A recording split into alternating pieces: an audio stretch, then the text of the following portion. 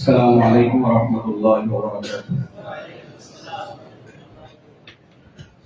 نحمده ونصلي على رسوله الكريم أما بعد أعوذ بالله من الشيطان الرجيم بسم الله الرحمن الرحيم.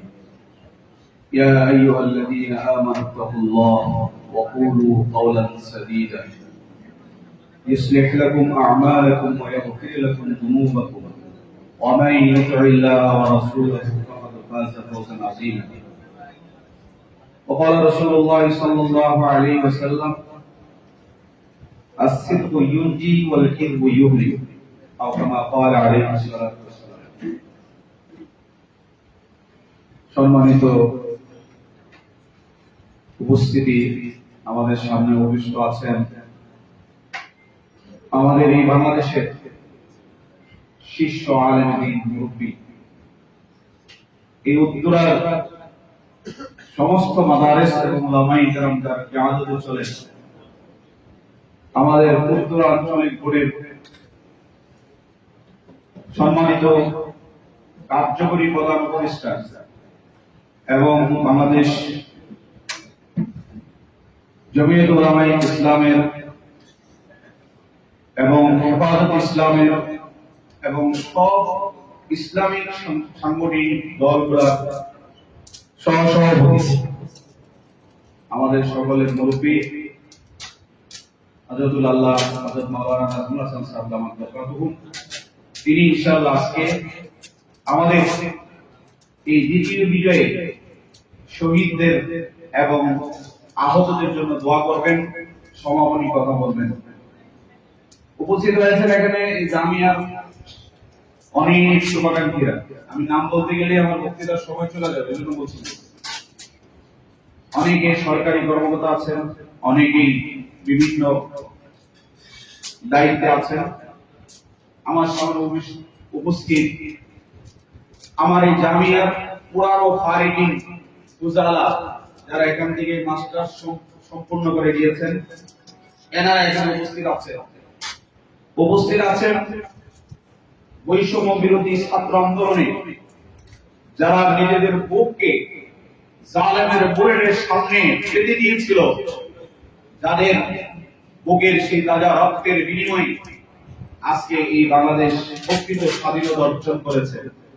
আমি স্মরণ করছি সেই আবু সাঈদ থেকে নিয়ে আজ পর্যন্ত এই আন্দোলনে যারা শাহাদাত বরণ করেছে, আল্লাহ তাআলা তাদেরকে শাহাদাতের উচ্চ মাকাম দান করেন।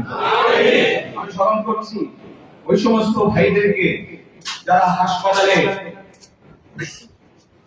আহত অবস্থায় কাতরাচ্ছে, বুলেটের গুলিতে যাদের বুক আর পিঠ জর্জরিত হয়ে গিয়েছে, আমি তাদের পূর্ণ সুস্থতা কামনা করছি।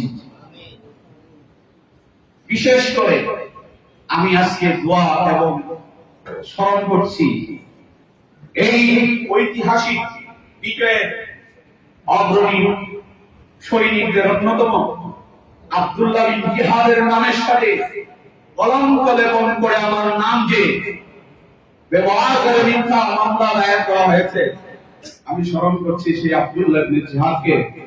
আল্লাহ পাক, আমি নাখান্দা আমার নামটা তার সাথে সম্পৃক্ত হয়ে থাকে কোনোভাবে, আমার জীবনের সমস্ত আমলের ওসিলায় আল্লাহ কবুল করে যেন তাকে শহীদ হিসাবে কবুল করেন, তার কবরটাকে আল্লাহ জান্নাতুল ফিরদাউস বানিয়ে দেন।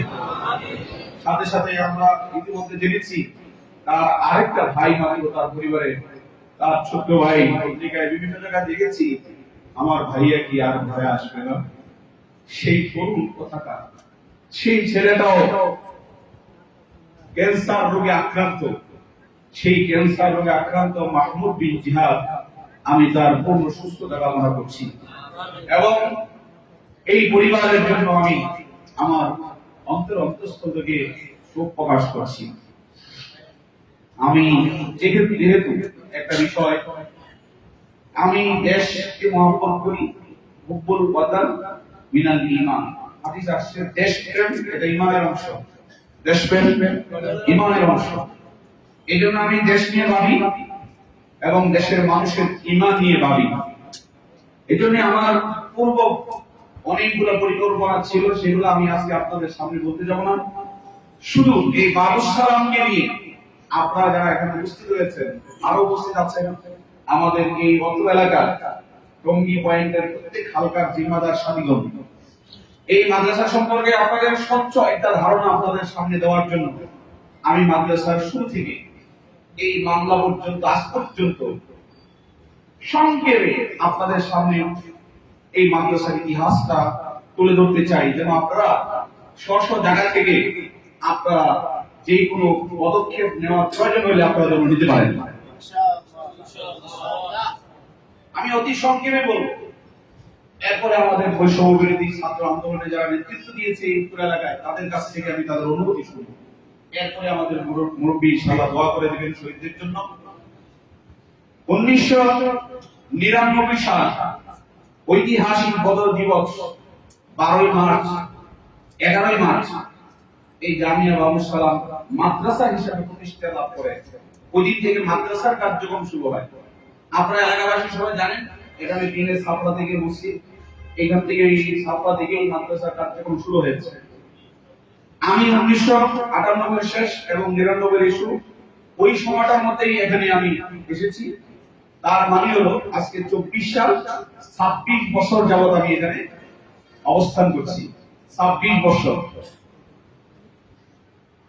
99 সালে যখন মাদ্রাসার কার্যক্রম শুরু হয়, 11 মার্চ, এপ্রিল, মে, জুন, ওই সময়টা আপনারা বলেন কোন সরকারের শাসন ছিল? এই বর্তমান স্বৈরা শাসনের এই 20 বছরের 40 বছরের পরের প্রথম শাসন অবস্থা ছিল। শেষ 2 বছর এদের 99 75 পরে এদের প্রথম শাসনকাল ছিল 96 থেকে 2000 পর্যন্ত। কি বলেন? ওই সময়ে যেই সময়ে শেখুল হাদিস আল্লামা আসিফ রাহমাতুল্লাহ আলাইহি, মুফতি আমিন ইসা রাহমাতুল্লাহ আলাইহি জেলখানায় ওই সময় মাদ্রাসা প্রতিষ্ঠা হয়েছে। ওই 2 বছরে আমি ওই স্বৈরা শাসনের আমলে আমিও 9টা মামলা খেয়েছি। ওই 2 বছরে কত মামলা খেয়েছি মনে রেখে? 9টা মামলা।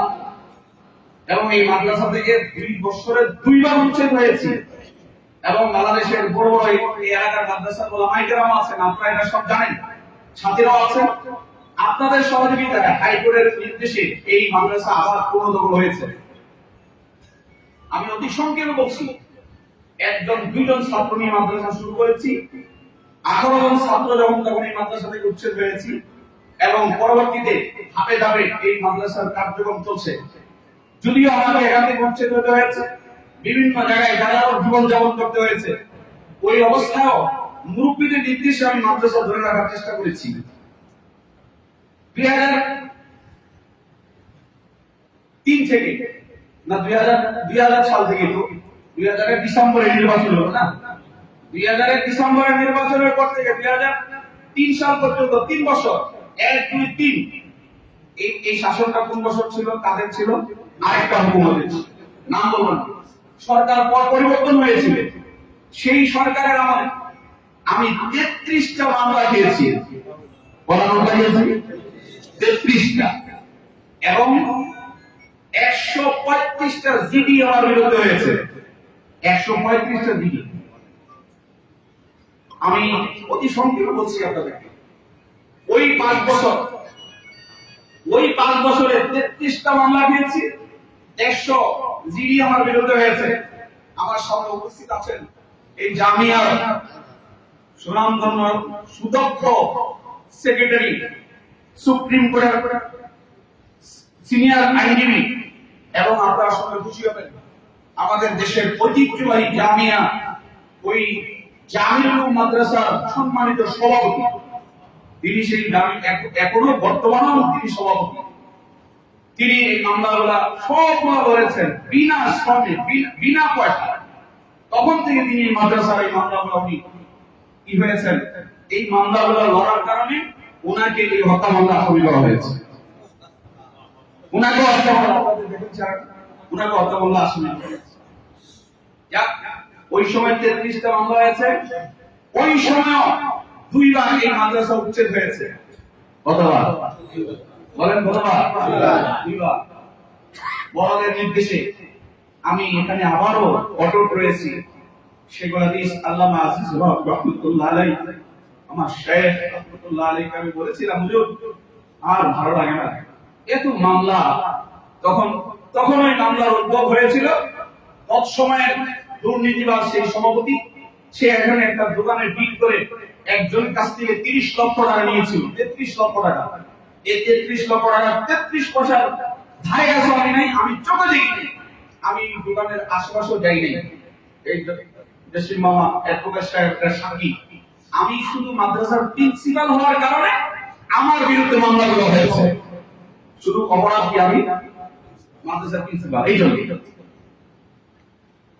এরপরে শুরু হইল এই স্বৈরাচার শাসনের আবার 2000 থেকে পরবর্তী এই 16 বছর বা 15 বছর যেটাই বলেন, এই সময়ে এসে এই সময়ে 2017 সাল থেকে আজকে 2024 সাল পর্যন্ত 18টা ক্রিমিনাল মামলা আমার বিরুদ্ধে হয়েছে। 18টা। আর জাস্ট করে সিভিল মামলা আর কি হাইকোর্টের মামলা সহ 29টা মামলা হয়েছে। কতটা? আর সাদাবাদী মামলা হয়েছে কয়টা?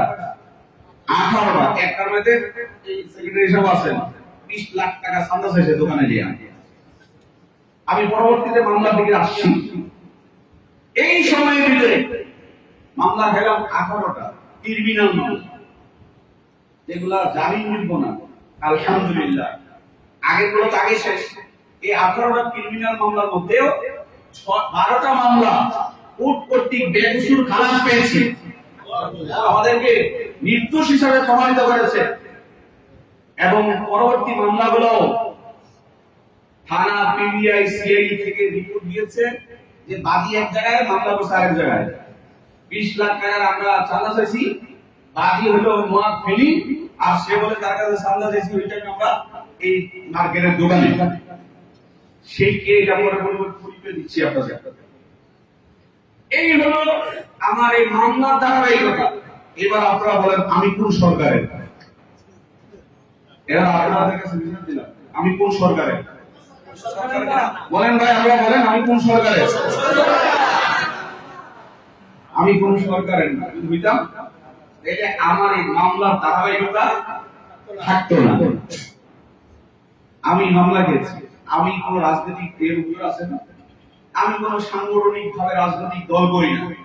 কিন্তু এদেশে ইসলাম বিরোধী, দেশ বিরোধী যত বড় আন্দোলন হয়েছে সবগুলোর বিষয়ে আমি সামনে বলেছি, পিছনে না।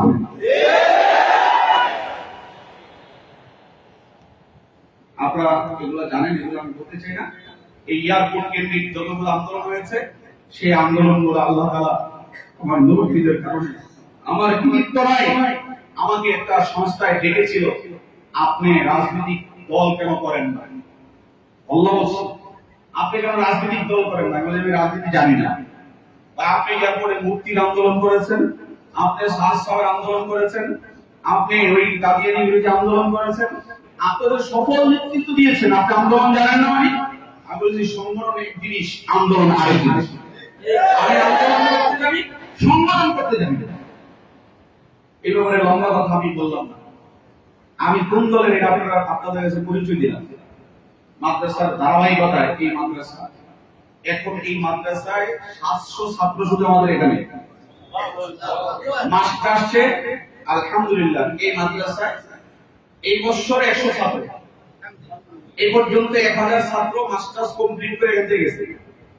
এরপরে শুধু হাজি ক্যাম্পের পরে আমার একটা শাখায় আছে 250 থেকে 300 ছাত্র। আর বাংলাদেশে এই মাদ্রাসার নামে দারুল উলুম বাবুস সালাম, এই নামে প্রায় শতাধিক মাদ্রাসা, আমি এখনো গণি নাই, শতাধিক মাদ্রাসা। এই মাদ্রাসাগুলোর মধ্যে কমপক্ষে 30,000 ছাত্র আছে।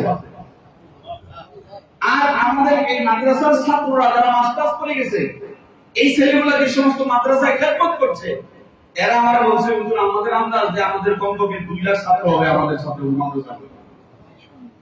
আমি ব্যক্তিগতভাবে টেকনাফ থেকে তেতুলিয়া, রূপসা থেকে পাথুরিয়া, এমন কোন জায়গা নেই যেখানে আমি সফর করি নাই। আমার কাজ একটাই, যেখানে আমি যাবো একটা মাদ্রাসা প্রতিষ্ঠা করবো, মানুষকে নামাজি বানাবো, কোরআন শিখাবো, এটাও আমি কোন রাজনৈতিক বিষয় আমার নেই। আপনারা জানেন সাথী ভাইরা যারা আসছেন এই মাদ্রাসায়, এই বছর একটি জন ছাত্র তাওয়াতুত তবলীগের মেহনতে সাল লাগাইছে। এই পর্যন্ত 2 শতাধিক ছাত্র সাল লাগিয়েছে এই মাদ্রাসাতে। এই মাদ্রাসার কার্যক্রমগুলো আপনাকে সংক্ষেপে আনলাম। আমরা কেন্দ্রীয়ভাবে এই খেদমতগুলো সারা দেশে করার জন্য কেন্দ্রীয় দারুল মারুফ সালাম নামে একটা প্রতিষ্ঠান করছি হাজী ক্যাম্পের পরে। এটা জাতি সম্পদ, আমার ব্যক্তিগত সম্পদ না, ব্যক্তির নামে নয়। এটা নিয়ে আমাদের বিরুদ্ধে মামলা হয়েছে। আমি এই কথাটা বলতে চাই, আজকের প্রেক্ষাপটটা যে কারণে আপনারা এখানে একত্রিত হয়েছে, আমার বিরুদ্ধে এই মামলা কেন হলো? আমার বিরুদ্ধে এই মামলা কেন হলো? আমি কেন মামলা জড়াইলাম? মুসা আলাইহিস সালাম যখন যাকাতের কথা বলছিলেন, ওই কারো যাকাত দেওয়া থেকে বাঁচার জন্য মুসা আলাইহিস সালামের বিরুদ্ধে নারী কেলেঙ্কারি আছে, জানেন তো আপনারা? তো সেই লম্বা ঘটনা, আজকে সেই নারী কেলেঙ্কারির কারণে, মিথ্যা অপবাদের কারণে কারণ তার ধন সম্পদ সব কোথায় যাচ্ছে? মাটির নিচে যাচ্ছে।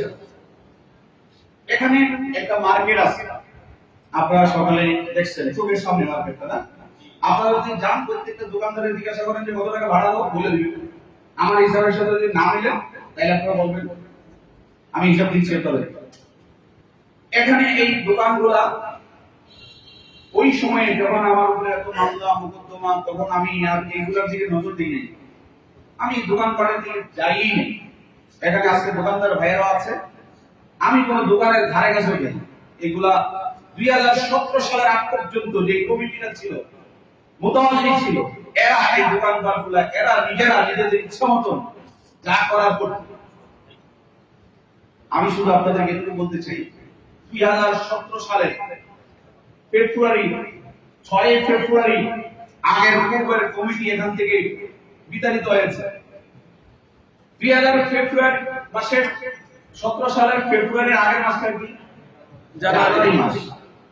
এর আগের মাসটা ডিসেম্বর, 16 ডিসেম্বর 2016 সালে। হিসাব আমার কাছে আছে, গড় হিসাব যদি আমরা এই দোকান ভাড়ার হিসাব করি, তাহলে সেখানে দেখা যায় 2016 সালে মাসে এই দোকান থেকে আয় আসছে 22 লাখ টাকা। কত টাকা? মনে রাখবেন ভাই, একুরেট জানেন সংখ্যাটা বলছি না, সংখ্যার জন্য বলছি। 22 লাখ টাকা গড় আয় মাসে। কত? 22 লাখ। আর ফেব্রুয়ারি মাসে বেতন ভাড়া আমরা উঠিয়েছি 8.5 লক্ষ টাকা। আমার কথা বলছো ভাই? জি। কত টাকা? 8.5 লক্ষ। এক মাস আগে কত? 22 লাখ। ওই দোকানদাররা আমাদেরকে ভাড়া দিয়েছিল, যারা এদেরকে ভাড়া দিচ্ছিল, অনেকে আমাদেরকে ভাড়া দিয়েছে, যারা 2 মাস আগে 1 মাস আগে চালিয়েছে। ভাড়ার পরিমাণ 22 লাখ টাকা। আর আমরা 1 মাস পরে ভাড়া উঠাইছি কত বলেন না? 8.5 লাখ টাকা। বর্তমানে ভাড়া হচ্ছে 13 লক্ষ টাকা। 13 লক্ষ টাকা থেকে কম, 10-20 হাজার টাকা কম নয় বর্তমানে ভাড়া হচ্ছে। কিন্তু আমাদের মাদ্রাসার বর্তমান খরচ প্রতি মাসে 30 লক্ষ টাকা। প্রতি মাসে কত টাকা খরচ? আপনার প্রত্যেকটা দোকান থেকে ভাই ছাত্র ভাইদের তোমার যাচাই করবে যে 15 লাখ টাকা আমরা পাই, 12,80,90,000 টাকার মতন আমরা প্রতি মাসে পাচ্ছি। এই ভাড়াটার তারতম্য কি পরিমাণ দেশ কমালো, কিভাবে হয়? নিচে আমাদের যে হোটেলগুলো আছে, এই পুরাটা নিচতলা 6,500 স্কয়ার ফিট। কত হাজার? 6,500 স্কয়ার ফিট। এই 6,500 স্কয়ার ফিট দোকান তথাকথিত তৎসময়ের মুতাল্লিম সভাপতি সে নিজেকে নিজে ভাড়া দিয়েছে। মানে আনিসুর রহমান, আমি আর আনিসুর রহমান, বুঝছেন তো? আমি আর আনিসুর রহমান, মানে আমি আমার কি করছি? প্রথম বক্তব্য হলো মুতাল্লিম, দ্বিতীয় বক্তব্য হলো মুতাল্লিম নামটা, মানে নিজে নিজেকে ভাড়া দিয়েছে 10,000 টাকা। ওই ভাড়া চুক্তিটা শুধু আমাদের দেখান, গাড়ি সব নিয়ে আসে 10,000 টাকা ভাড়া। মামা এখানে আছে 3 লাখ টাকা অ্যাডভান্স। দোকানদার ভাইরা আছে, সেই দোকান থেকে মাসে ভাড়া নিত 3.5 লক্ষ টাকা, অ্যাডভান্স নিয়েছে 29.5 লক্ষ টাকা।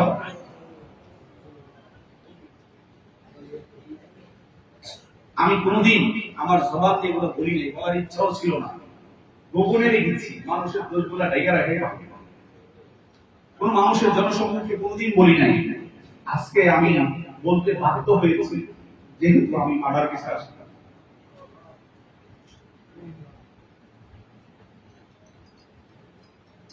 মোবারক সেই মোতালেব ভান্ডি জামাই, তার ভাই আরিফ রাজনৈতিক দলের একটা পরিচয় দিয়ে থাকে, গোলামরা রাজনৈতিক দলকে পুরস্কৃত করতে চায়। সে বলে আমি অমুক দলের নেতা। এখনো বলে জিহাদের আম্মাকে ফোন দিছে, তোমরা তাকে করো। আরিফ জিহাদের আব্দুল্লাহ জিহাদের মাকে ফোন দিছে, যে বলছে আমি বিএনপি নেতা, অমুক নেতা। সে কোন দেশের নেতা এটা তোমরা তাকে করে বের করো। সে নেতাকে ওনাকে বড় ধমক দিছে। এরা দুই ভাই, মোবারক আর আরিফ, এই দুই ভাই।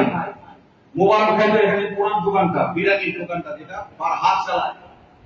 আর এখানে জিহাদ নামে এই মামলার আসামি ফরাদ, ওই জিহাদ, ওই পুরান দোকানটা, লাস্ট ছেলের দোকানটা জিহাদ চালায়। এই দুইটা দোকান থেকে 92,000 টাকা ভাড়া দিত। এরা তো এখন আছে কত টাকা বলেন না, কত টাকা?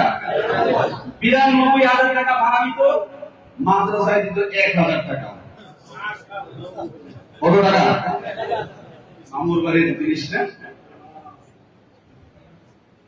বর্তমান সময়ে আমি একটু পরে ভিডিও তোমাদেরকে শোনাচ্ছি, তোমরা অনেকে পেয়ে গেছো যে চাঁদাবাজির ওই কণ্ঠ, এই মামলা দিয়ে যে চাঁদাবাজি শুরু হয়েছে, আমি সেটা সবাইকে শোনাবো। এই তৃতীয় ব্যক্তি নাজমুল আদম পিস, যে এই মামলার বাদী জেকুল্লাহ বাহারের ভাই, ভিডিওতে আছে যে জেকুল্লাহ বাহার তার ভাই, এটা সে বলছে। সেই নাজমুল আদম পিস এই উত্তর পাশের দোতলা, তিনতলা, নিচতলা বিনা বিলে মোতাল্লির সাথে গোপন আলোচনার মাধ্যমে এই দোকান তিনটা ভোগ করতো, মানুষের কাছে ভাড়া দিত, নিজে খাইত। এখান থেকে মাদ্রাসায় মাত্র 20,000 টাকা দিত। কত টাকা? যেই দোকান এরা উচ্ছেদ হওয়ার পরে এই দোকান থেকে আমরা মাসে পাইছি 2 লাখ টাকা।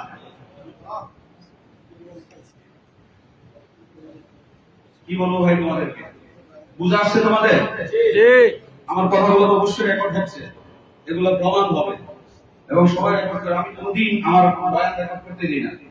সারা বাংলাদেশে সবাই জানে, কোন রাজনৈতিক মঞ্চে কোথাও আমি আলাদা হয়ে থাকি রেকর্ড করতে দিই না। কিন্তু আজকে আমার বয়ান রেকর্ড করছি, আমি বাধা দিচ্ছি না, রেকর্ড হওয়া চাই, সত্য মিথ্যা যাচাইয়ের জন্য। এই নাজমুল আদম কি সে এইভাবে এই দোকানগুলো বিনা বিলে খেয়েছে, 3টা মামলা করেছে, 3টা মামলা এসে হেরেছে এই দোকান নিয়ে। এই হলো অর্থনৈতিক অবস্থা। এখন সর্বশেষ মামলার সূত্রটা কি? সোমবার 5ই আগস্ট বিজয় দিবসে আমরা রাজপথে ছিলাম। তোমরা সাক্ষী কিনা ভাই? ছিলাম আমরা রাজপথে। আমরা রাজপথে ছিলাম। আমাকে উপর থেকে নির্দেশ দেওয়া হয়েছিল, আমার মোবাইলে মেসেজটা বাইর করলে এখনো পাবো, এয়ারপোর্ট দিয়ে দুর্বৃত্তরা পলায় যেতে পারে, এয়ারপোর্টটা বন্ধ করে। আমার আগে থেকে, আমি পুলিশ বেষ্টনীতে থাকি এখানে, এয়ারপোর্ট সবাই জানেন না? প্রতিদিন সকালবেলায় বসে নিয়ে ডাইকা বলতো একজন ছাত্রজন বের না হয়। আমি তালা মারি আসছি, আমার গার্জিয়ানরা এখানে আছেন, অভিভাবকরা, অভিভাবকদের ভিতরে ঢুকতে দেই নাই, কারণ নির্দেশ কেউ যেন না ঢুকতে পারে, বাইরে হইতে না পারে। কিন্তু যেদিন আমাদের এবাদতের আমিরের পক্ষ থেকে ঘোষণা আসছে লং মার্চে শরীক হওয়ার জন্য, সেই বিজয়ের দিন যখন মিশন এই এয়ারপোর্ট ক্রস করছে, ওই সময় সর্বপ্রথম আমার উস্তাদরা বের হয়েছে। আমাদের পরীক্ষা চলতেছিল, উস্তাদরা বের হয়ে গেছে, ছাত্রদেরকে আর রাখা যায়। আমি বাইরে ছিলাম, যেহেতু মশলার বিষয়, আমি আইসেই ছাত্রদেরকে বের করে দিচ্ছি। তোমরা দেখেছো আমাদের ছাত্ররা একবারে ওই গণভবন পর্যন্ত ওখানে কিছু অংশীদার হয়েছে, কিছু গণিমত ওখান থেকে পরে বেড়ে গেছে। সন্ধ্যা পর্যন্ত এখানে ওই যে তথ্যমন্ত্রী কি জানি হাসান মাহমুদ, এই পলকের ব্যাকগ্রাউন্ড কিছু আছে, এটা ওই পুলিশ সেনাবাহিনী দিছে, ওরা এটা ব্যাকগ্রাউন্ডে কিছু রায় বুঝলি ভাই। এখানে আমরা গাড়ি হাঁটতেছি, আমাদের নেতৃত্বে এগুলো বন্ধ হয়েছে। আরেকটা কারা জানি নাম জানি না, আমি দুই দিন হাসান মাহমুদ আরেকটা আওয়ামী লীগের আরেক নেতা, দুইজনকে আটকানো ছিল। আমাদের ছাত্ররা আমি এখানে ছিলাম। মামলা হইল, আমি 5 তারিখে কি করেছি, মামলাটা করে সবার একটু শোনাই, দুইটা প্যারা আছে। মামলা কি করেছি, মামলা হলো যে আমি আরো 5 দিন আগ থেকে, শোনাতে গেলে অনেক লম্বা সময় লাগবে, আরো 5 দিন আগ থেকে এই বাবুসালামের মেহমানখানায় এখনো কুয়েতের 2 জন মেহমান আছে। দেখো কুয়েতবাসী 2 জন মেহমান আছে। প্রতিদিন দেশ বিদেশের মেহমানরা আমাদের মেহমানখানায় থাকে কি থাকে না? আমি বাবুসালামের মেহমানখানায় 5 দিন আগ থেকে, অর্থাৎ 16 তারিখ থেকে এখানে দেশীয় অস্ত্র শস্ত্র এবং মানে মিশিগান কি নাম তো আমি জানি না, আগ্নেয়াস্ত্র সহ এখানে এই স্তূপ করছি। এখান থেকে প্রতিদিন মিছিল করে বেরা ছাত্র জনতার উপরে মুহুর্মুহু গুলি মারছি। সর্বশেষ আমি ওই দিন 5 আগস্ট বিজয় মিছিলে প্রতিহত করার জন্য আমার ছাত্রদেরকে নিয়ে এই অফিসে, এই মেহমানখানায় রাখা অস্ত্র নিয়ে আমি এখান থেকে মিছিল করতে করতে ওই সন্ধ্যা 7টায় আমি উত্তরায় গিয়ে এই আব্দুল্লাহ বিন জিহাদকে এমন গুলি করছি, মাটিতে লুটাই করছে। আমার মাদ্রাসার মাওলানা তানভীর সাহেব, অ্যাডভোকেট জসিম সাহেব, এরা যে লাঠি দিয়ে বাইরে তার মৃত্যু নিশ্চিত করছে। এই হলো মামলার ধরন। মামলাটা কেন হইল? আমাকে 10ই আগস্ট আমার কাছে একটা প্রস্তাব আসছে। কত আগস্ট? 10ই আগস্ট। যে যারা আগে দোকানগুলো লুটপাট করে খাইতো এদেরকে 5টা দোকান দিয়ে দিতে হবে। প্রথমে বলি, পরদিন এই স্বাধীনতার দিনে এক সময় এই এখানে একটা দোকান নিয়ে গঞ্জাম হয়েছে, গ্লাস ভাঙছে। আমি দৌড়ে আমার ছাত্রদের নিয়ে আসছি, এই গ্লাস ভাঙা প্রতিহত করছি। এরপরে কি আবার এখানে একজন ভাইসে আমার এই দোকান দখল করার চেষ্টা করছে। আমি আমার ছাত্ররা হয়ে গেছে, আমি নিজে গেছি, এখানে এই দোকান দখল করা যাবে না, এটা মাদ্রাসার সম্পদ।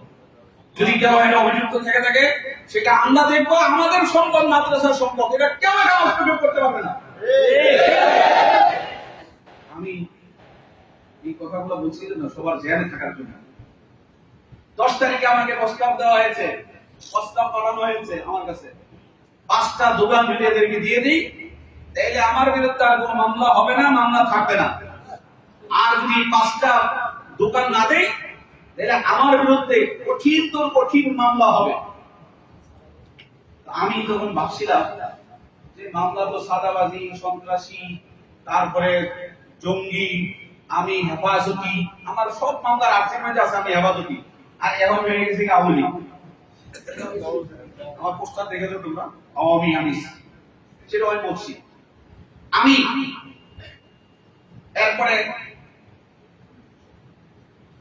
আমি বললাম এই দোকানের মালিক আমি না, এই দোকানের মালিক আমি না, কিন্তু আমি ভাবছিলাম আমার বিরুদ্ধে আরেকটা হয়তো সাদাবাজির মামলা, সন্ত্রাসী মামলা হইতে পারে।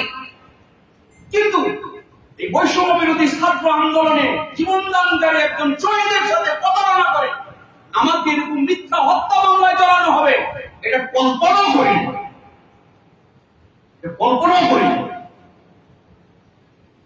তারপরে দেখা গেল ঠিকই আমার বিরুদ্ধে এই হত্যা মামলা হইল। এই মামলার বিচার আল্লাহর কাছে দিয়েছি, আল্লাহ। কিন্তু পরবর্তীতে যেটা হয়েছে এটার বিচার আমি আপনাদের কাছে চাচ্ছি। আমি আওয়ামী কিভাবে হইলাম? আমার নামে লেখা হচ্ছে আওয়ামী, আমার নামে পুরস্কারই হয়েছে আওয়ামী আমি। 2017 সালে যখন এরা বিতাড়িত হয়ে যায়, কত সালে? এই মুবারক প্রিন্স গ্রুপ যখন বিতাড়িত হয়ে যায়, হাইকোর্টে রিট করে আমার বিরুদ্ধে, আমাকে উচ্ছেদের জন্য।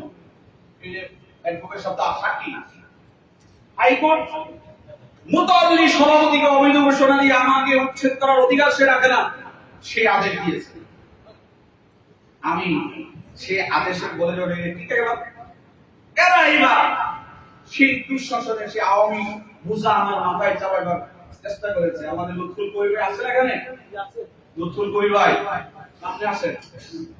হঠাৎ করে একদিন রাত্রে 12টায় আমার কাছে ফোন আসছে, আপনি কোথায়? মাদ্রাসায়। আপনাকে এক্ষুনি যেতে হবে মফিজ ব্যাপারী সাহেবের কাছে, এবং এক্ষুনি যেতে হবে সাহারা খাতুনের অফিসে বাসায় আগে পরে কিছুই জানি না। আমি ব্যাপারী হিসেবে জীবনে চিনিও না, ওনার সাথে আমার জীবনে কোনোদিন কথাও হয় নাই। পেরেশান হয়ে গেলাম।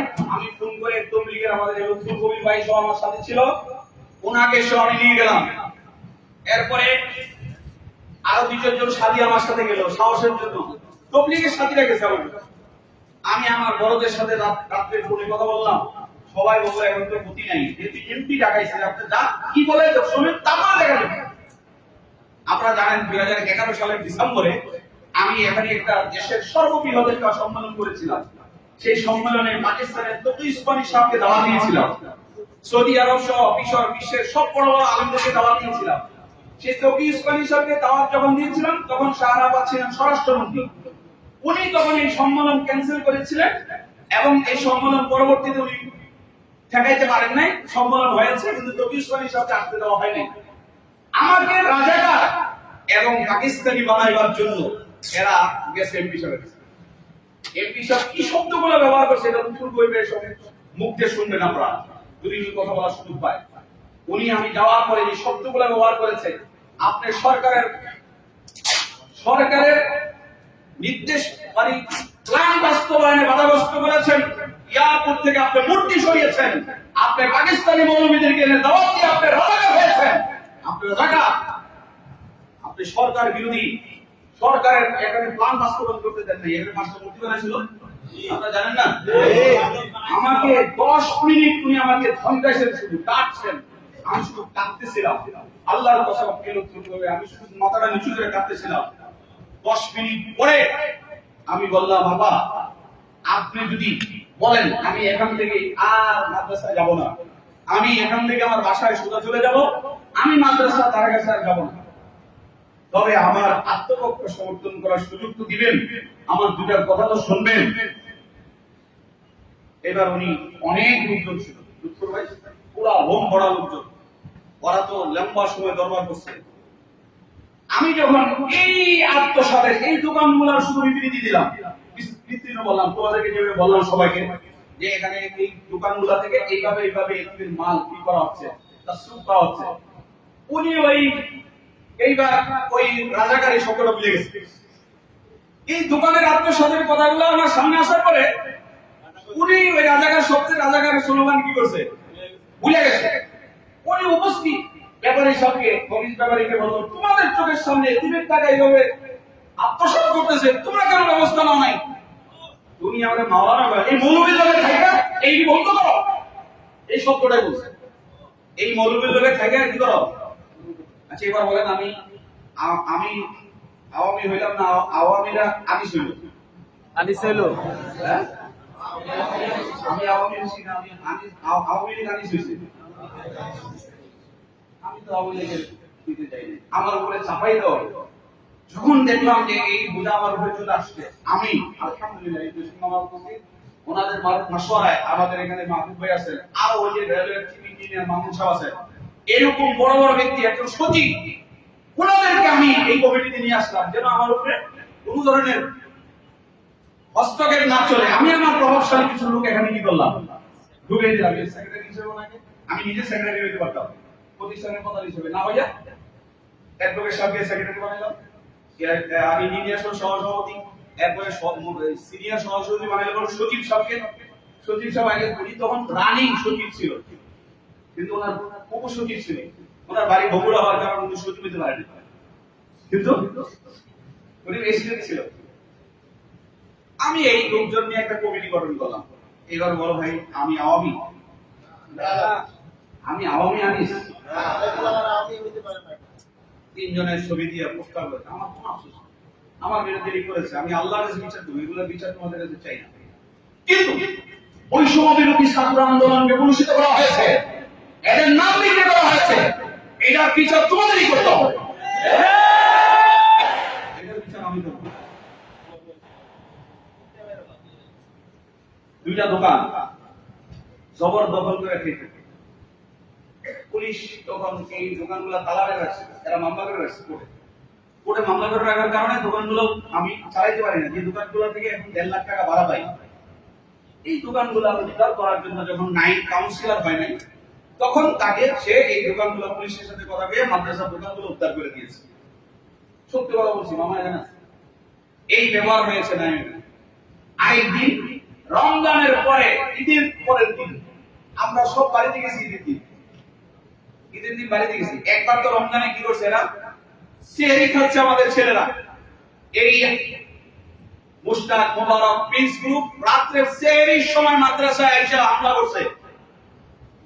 এই রমজানে তো সব ছাত্র থাকে না, প্রায় 200 সন্ত্রাসী গিয়ে শেষ রাতে আমার রোম ভাঙচুর করছে, হামলা করছে। সেহরি খাওয়ার সময় আমার এই ছাত্ররা, ছোট ছোট ছাত্ররা ডাইরেক্ট পানি এদের উপরে নিক্ষেপ করেছে, এদেরকে এখান থেকে বিতাড়িত করছে।